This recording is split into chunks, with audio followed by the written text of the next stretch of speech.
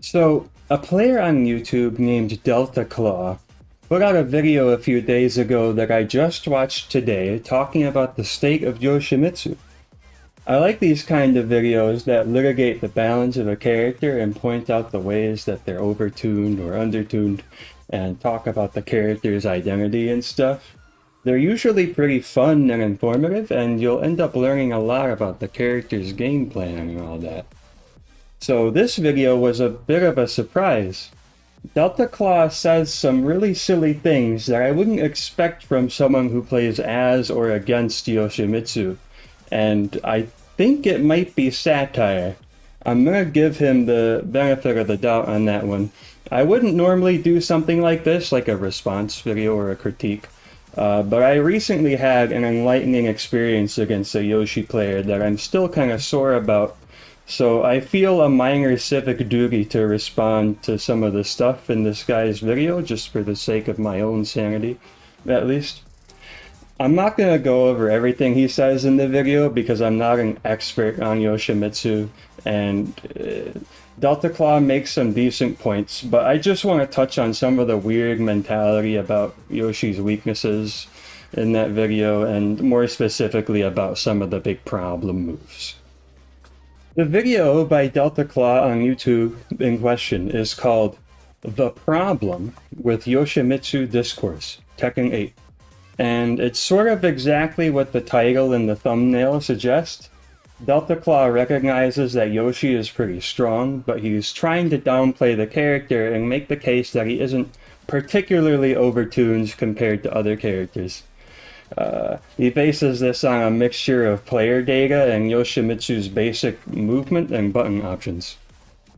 In terms of player data, I personally tend to base my own opinions on like the true balance of the game.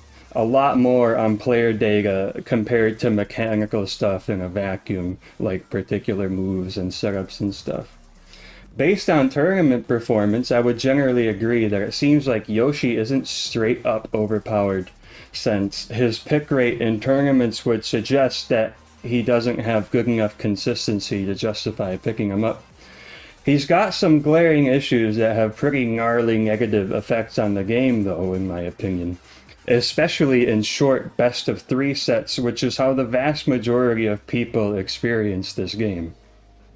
Anyways, I'm gonna comment on a few points earlier in the video, not in any particular order. His main point starting out is basically that Yoshimitsu has a hard time on defense, and this has to do with his fundamental movement and attack options. This is where I already have an issue with the mentality here. I get the impression that Delta Claw doesn't really know how playing defense fundamentally works in this game. So I'm gonna tackle this stuff and try to offer some advice at the same time. On movement, Yoshimitsu's movement is fine. His backdash is fine and his sidestep is fine. On the backdash specifically, I booted him up in practice mode earlier and messed around with it, and the backdash seems fine to me. I'm not really sure what the problem is. I'm an Asuka player. I know what a bad backdash is, and this ain't it. I'm not even sure if this backdash is below average, but even if it is, and this is something I'm going to say a lot in this video, this isn't a Yoshi specific thing. Let me tell you this as an Asuka player. You have no idea how good you have it. You should cherish this backdash. I'm pointing at the screen. That backdash right there. I don't think there's anything to complain about here. On Yoshi's sidestep, this comment from Delta Claw is really interesting to me because I know that Yoshi's sidestep is effective. Noback is a Yoshi player and a godlike Tekken communicator on YouTube, and he has a video specifically talking about how overpowered sidestep block is as a defensive strategy. Excuse me.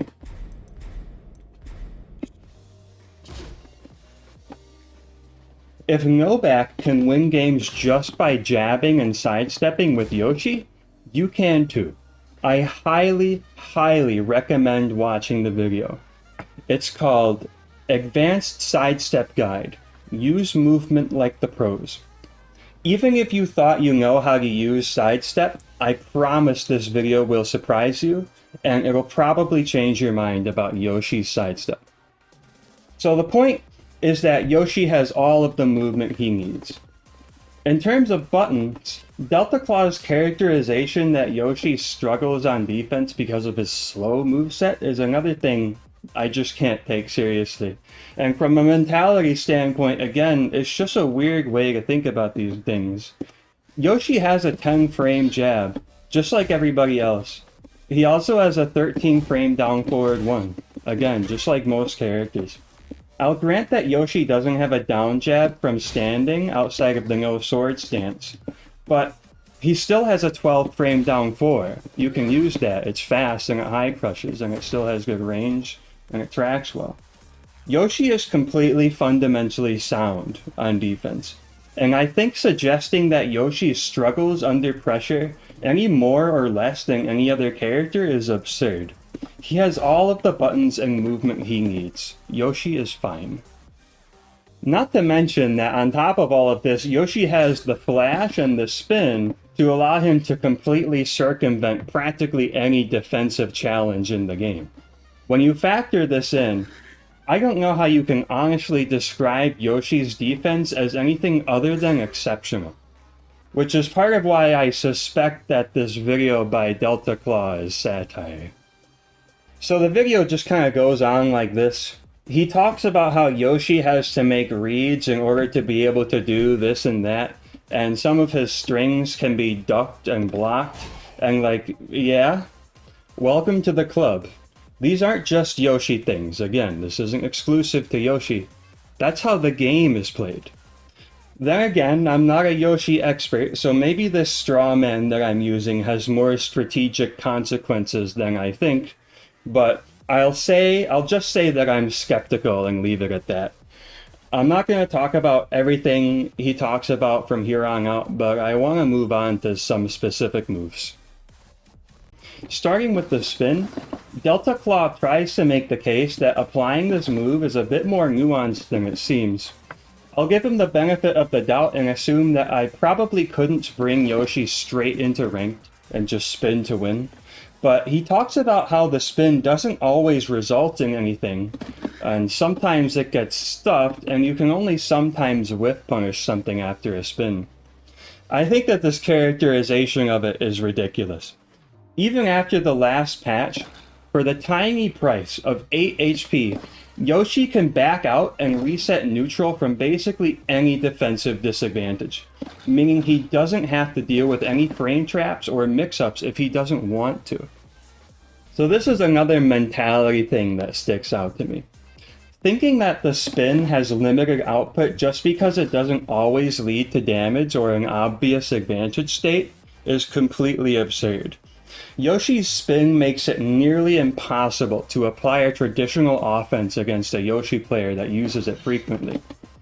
Your options for counterplay against the spin are to just let Yoshi do it, so he takes a tiny amount of damage that he'll be able to recover anyway when he gets a launch, or make a large slow play to stuff him out of it. This is a huge deal for Yoshi. Most players aren't going to risk making massive plays just to hit Yoshi out of the spin, because the Yoshi can easily stuff you out of it with his great down forward 2 or like anything else really. So this is advice for any Yoshi player who agrees with how spin is presented in Delta Claw's video. Yoshi's spin will cause players to hesitate on their offense, which is something that you should be taking advantage of. For my part, I think we should double the damage he takes from spin. Again, it got doubled from 4 to 8, I think we should double that shit to 16. I think it's fair to say that if Yoshi has a button he can use to escape any defensive situation, so that he doesn't have to defend against a frame trap, or guess against a mix-up, it's fair for him to guarantee that he takes a 10-frame punish worth of damage as a trade-off. It's most likely still less damage than he stands to take from a mix-up, whatever he gets away from, and it's still going to be a GOG-like tool worth spamming. You guys have no idea how good you have it with this shit. I don't have as much to say about Flash other than I think the way Delta Claw describes it is still really weird. His point is that Flash is risky because it has to be applied on a read. Otherwise, Yoshi will get launch punished if the other player reads that he'll use the Flash and they just block and don't attack. Again, welcome to the club. This is the way that Tekken works. If you are playing predictably, the other player can read you and punish you for it. Nothing about this is exclusive to Yoshimitsu or his Flash. I play Asuka. When I whiff reversal, I get launched. That's how the game works. I'm going to put it this way. Some Yoshi players that I've fought against are dumb enough to stop using Flash after I've baited and punished it a few times. So I've got more advice for you. Don't stop using Flash. This move is fucked up. If you're getting baited and launched for it every time, you have to be less predictable. Even if you do get launched on occasion for attempting a Flash, you have to understand that the move is still doing its job of causing the other player to hesitate in their offense. The other player has to stop pressing buttons and block in order to beat Flash, no matter how much frame advantage they have. You should be taking advantage of that. Flash allows Yoshi to accomplish this in a way no other character can, not even Asuka. You have to abuse it. Finally, I want to tear into the whole reason I felt like I had to make this video, just so I can be sure I'm not crazy. About 15 minutes into Delta Claw's video, this is what he had to say about Yoshi's unblockable launcher. So I'm looking at my notes and I was going to talk about his unblockable sword sweep, but I don't really think it's an argument worth addressing. 26 frames, if you're expected to react against throws, then you can definitely train yourself to react against sword sweep. This is the big lick of the balls that makes me think that this video is satire. He just glosses over it. It's reactable. No elaboration. I can think of a few reasons why he would say something like this. This video could be satire, or maybe he's trying to spread misinformation, which I can identify with as an Asuka player. Don't get me wrong. Maybe over the last 8 years that I've been playing Tekken, just by coincidence, nobody has ever told me, or I've never heard anyone say, or I've never learned that the sword sweep can be avoided on reaction with a jump or a sidestep. I felt gaslit by this statement, like genuinely. I had to rush home from the doctor and test my options against the sword sweep again, just to make sure I'm not crazy. Jumps and sidesteps don't work to avoid this move on reaction, in case you were curious. Jumping has a startup in Tekken, even the short forward hop, and the sweep tracks really well in both directions. Delta Claw is right. He's correct when he says that the sword sweep is 26 frames, which most players can react to given enough practice. The problem is, the only thing you can do on a reaction against a sword sweep is go fuck yourself, because it's unblockable. You can't block it, you can't even low parry it. By the time you see the sword sweep, it's too late. You're already launched. So react to the sword sweep with what exactly? There's no way that he's serious about this, and I think that the Asuka community can probably learn something from Delta Claw about the art of downplaying. You can conceivably beat the sword sweep on reaction with a low crushing move that crushes earlier than a traditional hop kick, like Asuka's 3+4. I'll actually switch things up and demonstrate that right now. So that you can see, I have busted out the emo Asuka because things are about to get rather mournful soon. But anyways, so I said that it's conceivable that you can beat the low sweep on reaction with a fast low crushing move. Asuka's 3+4, if I'm not mistaken, low crushes on frame 6. Most hop kicks crush on frame 10. So it's possible, but, and I'll, here we'll take a look. Obviously, I have them set up to do it, so I'm not like actually doing it on reaction. But it is possible. The thing is, you have to account for the startup of the crush frames. So at most, even if I'm doing this, I only have 20 frames to react to the sword sweep before I'm guaranteed to get launched. For the sword sweep, something that you can try to do is react to the hit sparks, because those are a bit snappier. Hold on, my bird is getting kind of obnoxious. He wants the forbidden spaghetti. So you can react to those hit sparks because they appear right away as a snappier visual cue, but it's not always possible to distinguish those sparks from the stage backgrounds when you're like in the middle of a match, right? I swear that sometimes they seem to just not appear. And in addition to that, especially online, players can change the way that the hit sparks look with customization. So the visual cue isn't always going to be the same. All in all, it's impractical at best to beat a sword sweep on reaction. Your only real counterplay against it is to backdash and hope you can outspace it, or mash a button and pray. Mashing against Yoshi isn't ideal for reasons that I'll leave as an exercise for the viewer. In terms of outspacing the sweep with a backdash, I actually have something really interesting to show you. This is a replay from a match that I had against this Yoshi player like several days ago.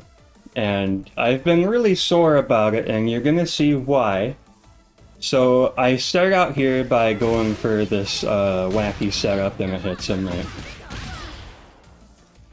I go for this 4-4-2-3 for space control, and he does the spin, and he actually mashes, you can see. So he ends up getting hit because he wants to whiff punish me, this fucker. I go for this forward to confirm, and it whiffs, which is a shame. And so I reversal to try to get him to he's probably going to attack into my reversal because this guy's a gooner. And you can see he whiff punishes it with full crouch down forward 4. This move is +4 on hit, so I'm thinking, alright, well I'm minus. I'm going to do a backdash block because I don't want to overextend myself. And look what happens. That shit hits me anyways. And I end up eating like, I think it was a 57 damage combo, plus whatever this bullshit is. So, that's fucked. By the way, like before I move on, just like an added comment. Why is Yoshi allowed to use full crouch down forward 4 on frame 6 of a crouch input? For real, like why? Tekken 8 heavily incentivizes using a single backdash into a block when you're defending, because backdash cancels are really vulnerable to getting hit unless your inputs are immaculate. But you still always want to be able to create some space while you're defending so that it's harder for the other player to pressure you with fast attacks. And let me show you like a small example of what that looks like. See, if I backdash and block here, he's not going to be able to jab me all the time. So backdash block is a really low risk and important thing to do when you're like under pressure and you just need to defend.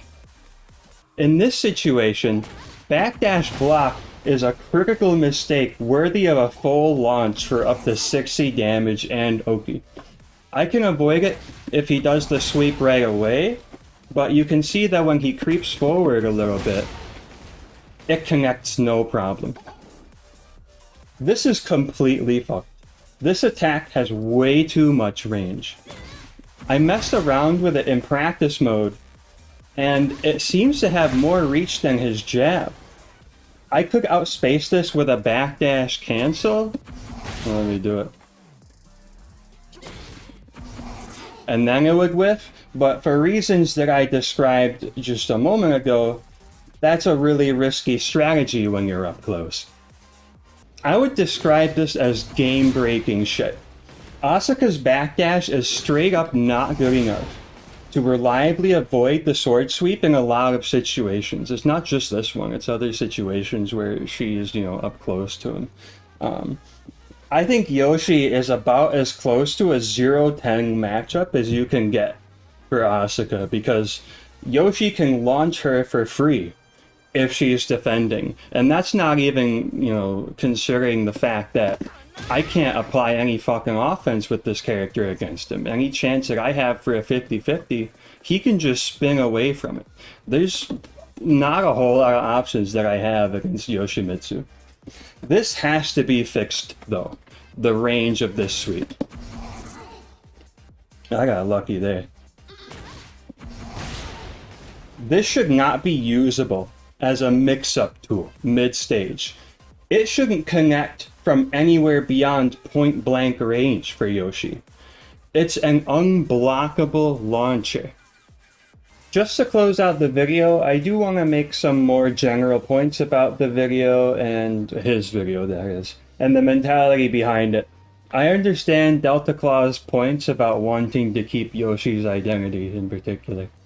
Yoshi's a wacky character. I get that Yoshi mains don't want to see his defining tools get kneecapped. I'm in the same boat when it comes to Asuka, and I'm actually going to be putting out a video pretty soon that goes over a lot of her balance stuff. I think it's important to understand that these tools have an impact on the game, though.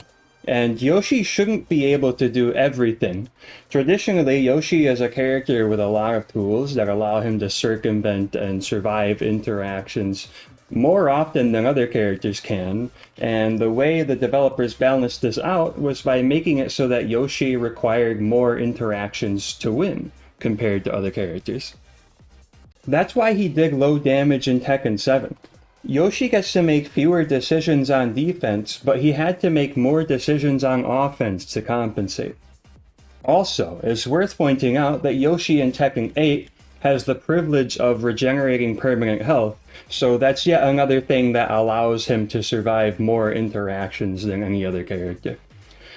I know it sounds lame, but I do think that gutting Yoshi's damage output again is really the way to go. This character doesn't play by the same rules as everyone else, but he does just as much damage or more and has above average Okazemi. That's just not right, man. So that's all I can stand to talk about. I mostly just wanted to rant about that and try to put in my 2 cents about this weird Yoshi mentality. This video by Delta Claw threw me a curveball today, but hopefully I was able to elucidate some things for any struggling Yoshi down players out there and entertain anyone else that's interested in my frustrated ramblings. I really hate this character. There's nothing fun about fighting against him, and I think the matchup is awful for Asuka. I'm really hoping that the developers are cooking some constructive changes for Yoshimitsu, and seriously thinking about what the character really needs, so that he can be less insufferable to fight against, without having too much of a negative impact on his player base. Fingers crossed. Nerf the hell out of the sword sweep range, though. That shit is unacceptable.